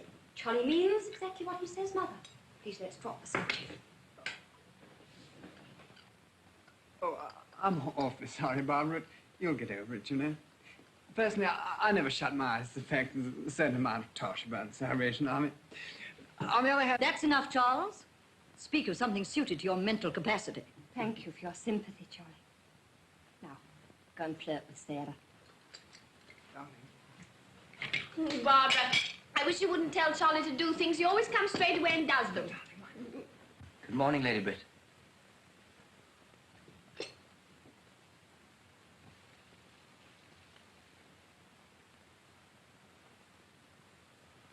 Morning, darling. Good morning. Morning. Good morning. Just some water, please, Morrison. With ice in it. I say, old boy, did you have a bad night? No, I had a very good night. In fact, one of the most remarkable nights I ever passed. The meeting? No, after the meeting. You ought to have gone to bed after the meeting. What were you doing? Drinking. Darling, Adolphus! Charlie! I say! What were you drinking, may I ask? A most devilish Russian spirit. I believe it was vodka. Are you joking, Dolly? No. I've been making a night of it with the nominal head of this household, that's all. Andrew made you drunk. No, he just provided the drink. To tell you the truth, I've never been quite drunk before. I rather liked it last night. I told you I was possessed. Possessed? You're not sober yet. Go home to bed at once. I've never before ventured to reproach you, Lady Britt, but how could you marry the Prince of Darkness? It was much more excusable to marry him than to get drunk with him. That's a new accomplishment of Andrew's, by the way. He usedn't to drink. He doesn't now, although he had an admirable excuse for doing so last night. You see, he'd just given away £50,000. Given away? Yes, to the Salvation Army. And he insisted upon remaining anonymous. That was rather fine of the old boy, you know. Most chaps would have wanted the advertisement. He said all the charitable institutions would be down on him like kites in a battlefield if he gave his name. That's Andrew all over. Never does a proper thing without giving an improper reason for it. He convinced me that I have all my life been doing improper things for proper reasons. Mr. Undershaft has just arrived. He's in the drawing room, my lady. Children, go and get ready. Your father doesn't like to be kept waiting. Adolphus! Now that Barbara's left the Salvation Army, you had better leave it too. I will not have you playing that drum in the streets. Your order is already obeyed, Lady Britt.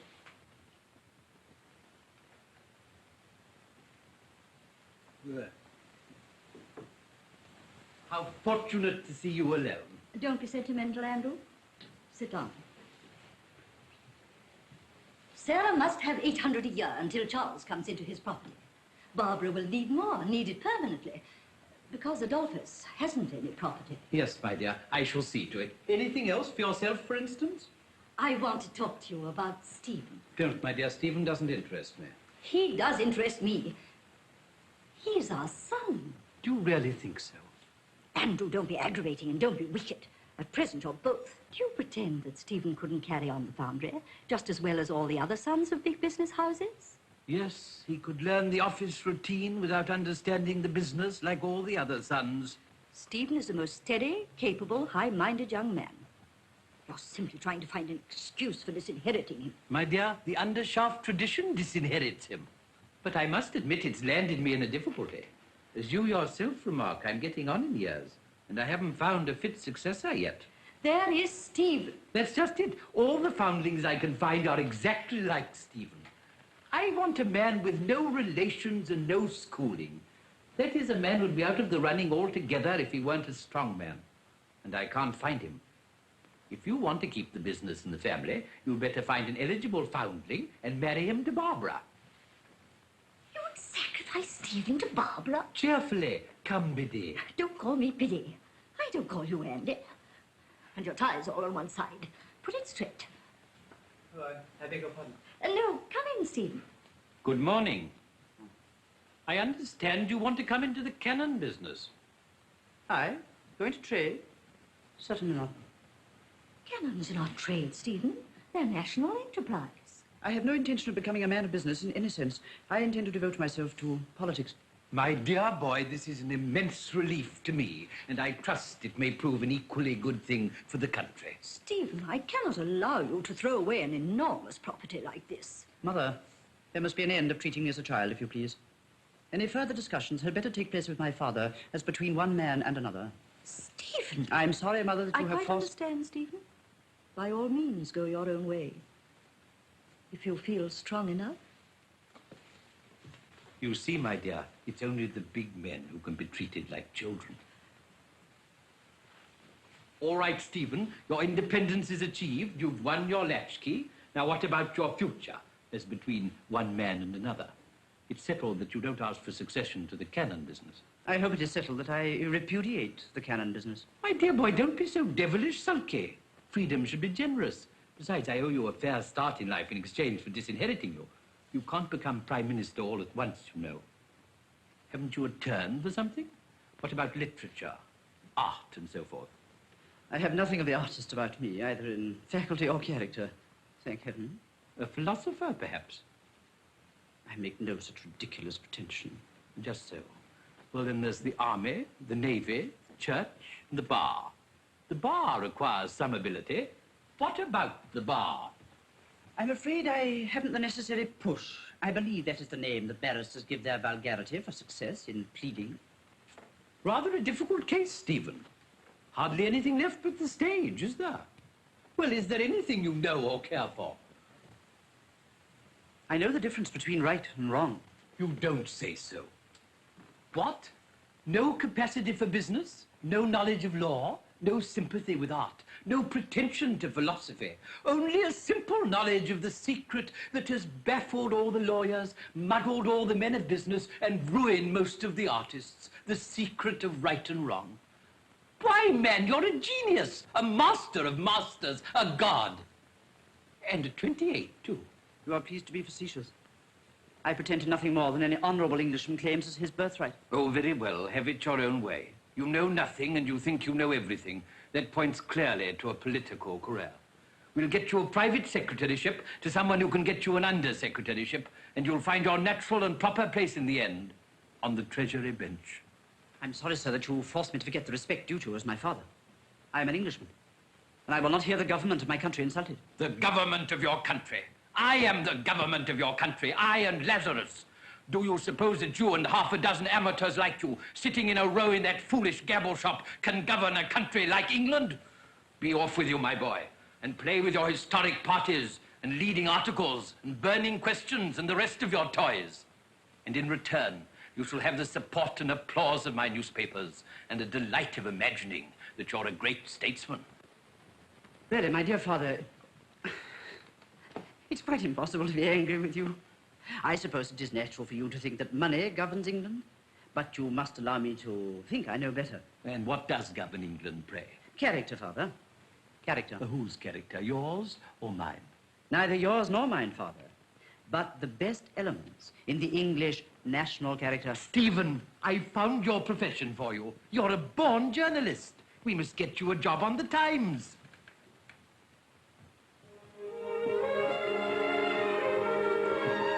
Don't be apologetic, Stephen. Yes, and don't forget you've outgrown your mother.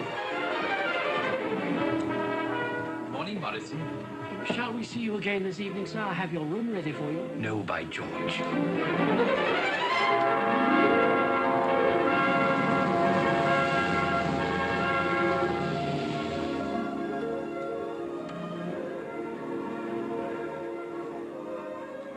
You look a little pale, my dear. I've made you unhappy, haven't I? Do you understand what you've done to me? Yesterday I had a man's soul in my hand. I set him in the way of life with his face to salvation. And when we took your money, he turned back again to drunkenness and derision. I'll never forgive you there. Never. Does my daughter despair so easily? Can you strike a man to the heart and leave no mark on him? You forget, my dear. Bill Walker spat in Todger's eye to save his honor. He gave up his hard-earned pound to save his soul. Do you know what a pound means to such a man? It's your faith that's failing, not his. Will he ever strike a woman again as he struck Jenny Hill? You've sent him on the road to his salvation. It may not be your road, but he won't turn back. Oh, yes, you're right. He can never be lost now. Where was my faith? Oh, clever, clever devil. You may be a devil, but God speaks through you sometimes. You've given me back my happiness. I can feel it deep down now, though my spirit is troubled. You've learnt something, my dear. That always feels at first as if you'd lost something.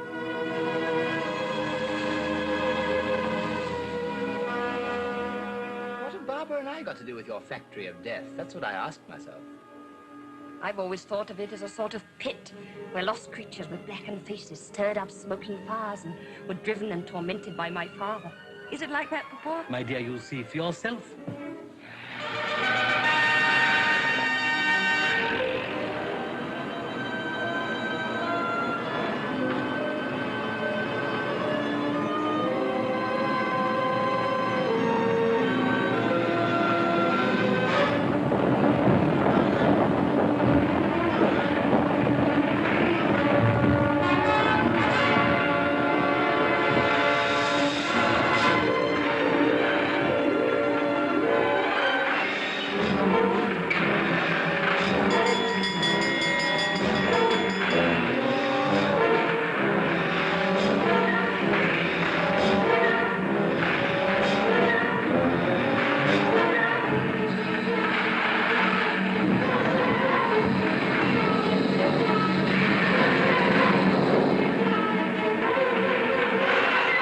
Materials of destruction. Or construction. How about railway lines, for instance?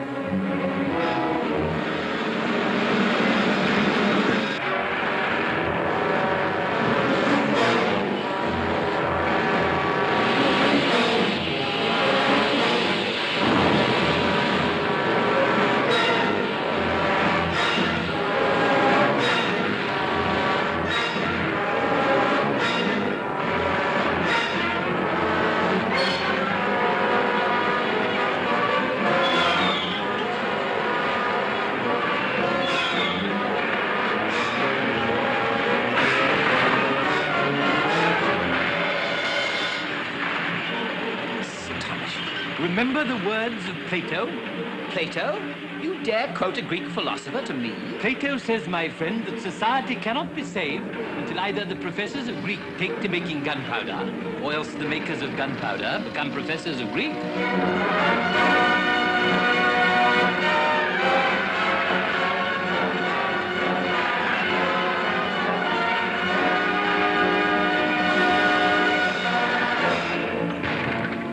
My predecessors, the old swordsmiths, used the same stuff, boiling steel.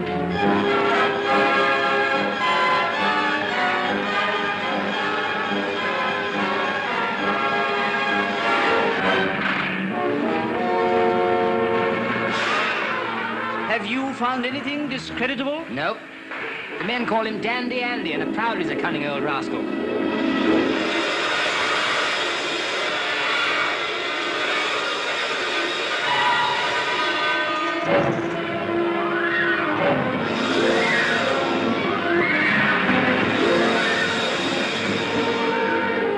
Well, you're driving me against my nature. I hate war. Hatred is the card's revenge for being intimidated. Dare you make war on war? Here are the means.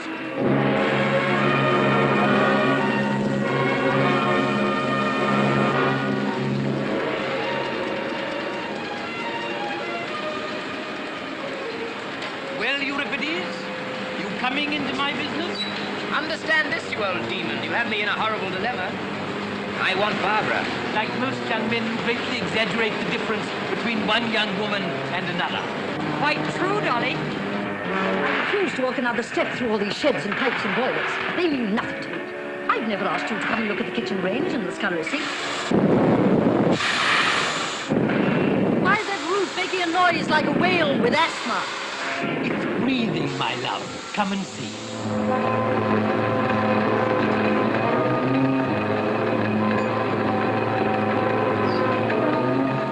Ridiculous. Is it snow or salt or what? Nitrates to make explosives. Or sulfates to fertilize your fields. If you prefer the explosive way, that's your affair, not mine. Come, Euripides. You think that nitrates are good for nothing but death. Now I'll show you the sort of life they produce.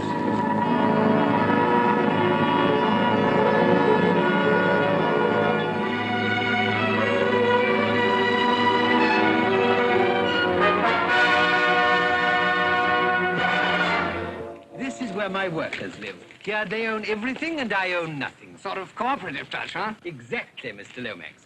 It makes it very difficult for them to leave my employment, but then they don't want to leave it. Why? Because they can't better themselves, my love. Slavery, I call it. Do you, my dear?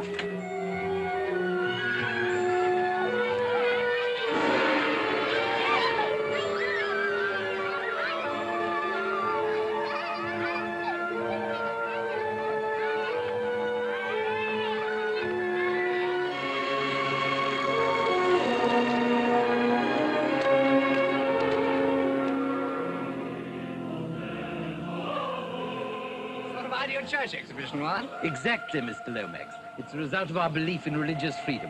Its official name is the meeting place of all the religions. The men call it Piety Square. Are you sure that all this pampering is really good for the men's characters? My dear boy, when you're organizing civilization, you have to make up your mind whether trouble and anxiety are good things or not. If you decide that they are, then I take it you simply don't organize civilization. Good morning. However, our characters are safe here.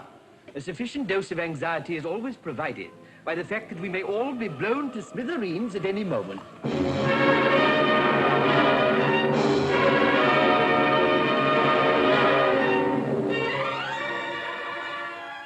Well?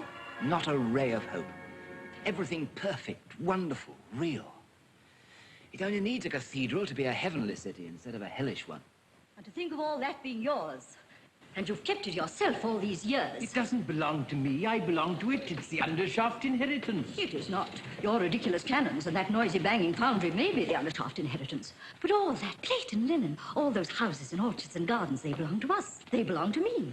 They're not a man's business. I won't give them up. What lovely flowers. Never mind about the flowers, Andrew. You're trying to put me off the subject of the inheritance. Well, you shan't.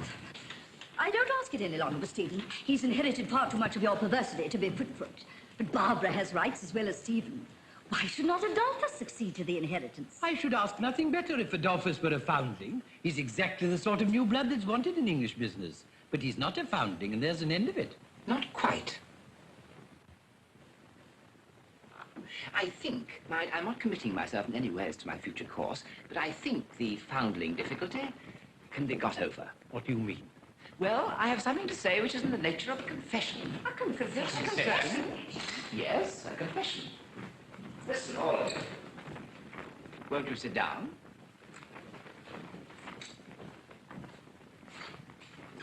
Until I met Barbara, I thought myself in the main an honorable, truthful man, because I wanted the approval of my conscience more than I wanted anything else. But The moment I saw Barbara, I wanted her far more than the approval of my conscience. Adolphus. I thought she was a woman of the people. And the marriage with a professor of Greek would be far beyond the wildest social ambitions of her rank. Adolphus. No, really. When I learnt the horrible truth... What do you mean by the horrible truth, pray? That she was enormously rich, that her grandfather was an earl, that her father was the Prince of Darkness, and that I was only an adventurer trying to catch a rich wife. Then I stooped to deceive her about my birth. Dolly, your birth. Now, Adolphus, don't dare to make up a wicked story for the sake of these wretched canons. Remember, I've seen photographs of your parents. And the Agent General for Southwestern Australia knows them personally and has assured me they're the most respectable married people. Oh, so they are in Australia, but here they're outcasts. Their marriage is legal in Australia, but not in England. My mother is my father's deceased wife's sister, and in this island I am consequently a foundling. I think not. You can marry your wife's sister, even in England. Ah, you can now, but not when my parents married.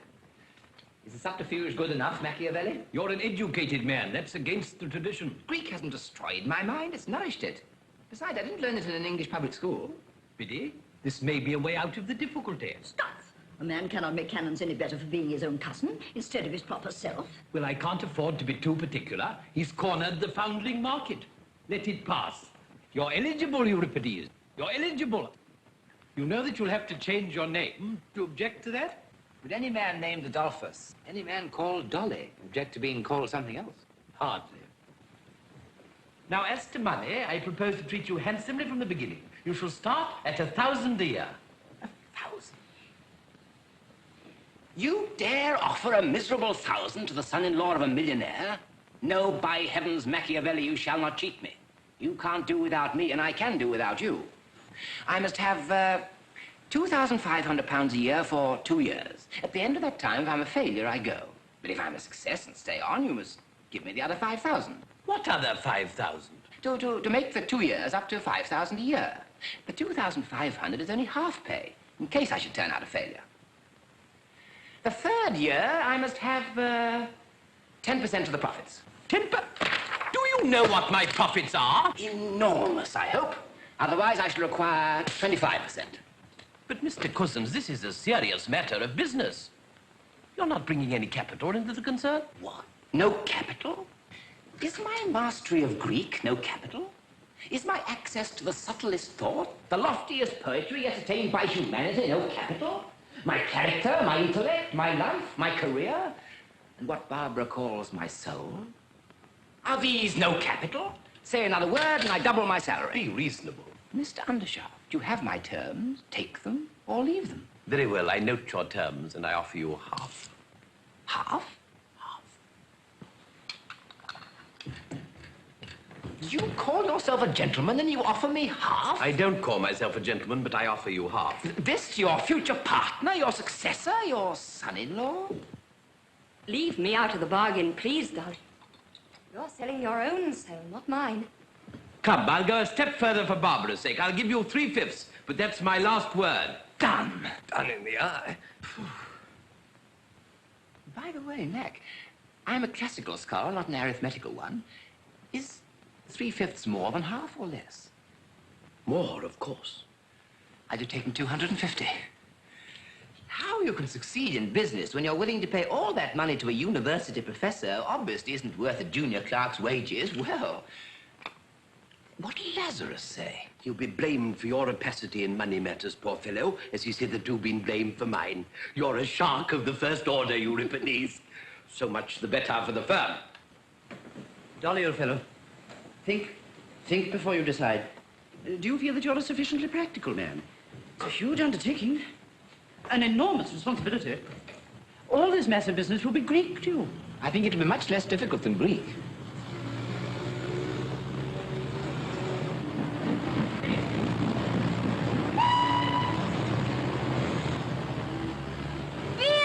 Hello, Judy. What do you think of it? Got myself a job. £3.10 a week. How's that for salvation, eh? Barbara?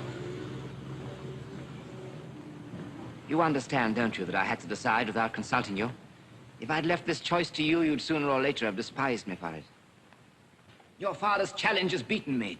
Dare I make war on war? I dare. I must. I will. And now, is it all over between us? silly baby, Dolly. How could it be? Then you... Oh, for my drum! Take care, Dolly, take care. Oh, if only I could get away from you, from Father, and from it all. And leave me? Yes. I can't. I was happy for a moment in the Salvation Army. But as soon as our money ran short, it all came back to Bodger. Undershaft and Bodger. Their hands stretch everywhere. And as long as that lasts, there's no getting away from them. Turning our backs on them is turning our backs on life. Do you know what would have happened if you'd refused Papa's offer? I wonder. I should have given you up and married the man who'd accepted it. After all, my dear old mother's got more sense than any of you. I felt like her when I saw this place. Felt that I must have it. That never, never, never could I let it go. Only she thought it was all the houses and the kitchen ranges and the linen and the china. But it was really all the human souls to be saved. Not weak souls in starved bodies, sobbing with gratitude for a scrap of bread and scrape. But souls that are hungry because their bodies are full. My father shall never throw it in my teeth again that my converts were bribed with bread. I have got rid of the bribe of bread. I have got rid of the bribe of heaven. Let God's work be done for its own sake. The work that he had to create us to do, because it cannot be done except by living men and women. Then the way of life lies through the factory of death. Yes, through the raising of hell to heaven and of man to God. Through the unveiling of an eternal light in the valley of the shadow. Oh, did you think that my courage would never come back? Did you believe that I was a deserter?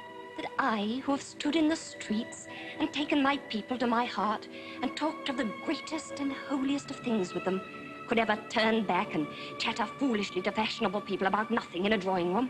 Never, never, never, never.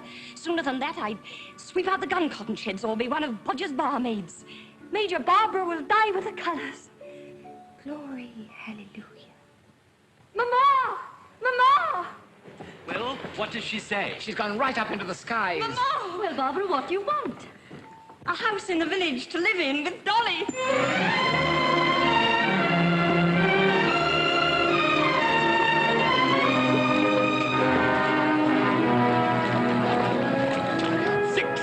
Tomorrow morning, Euripides. I see the whole place blown up with its own dynamite before I get up at 5. Here.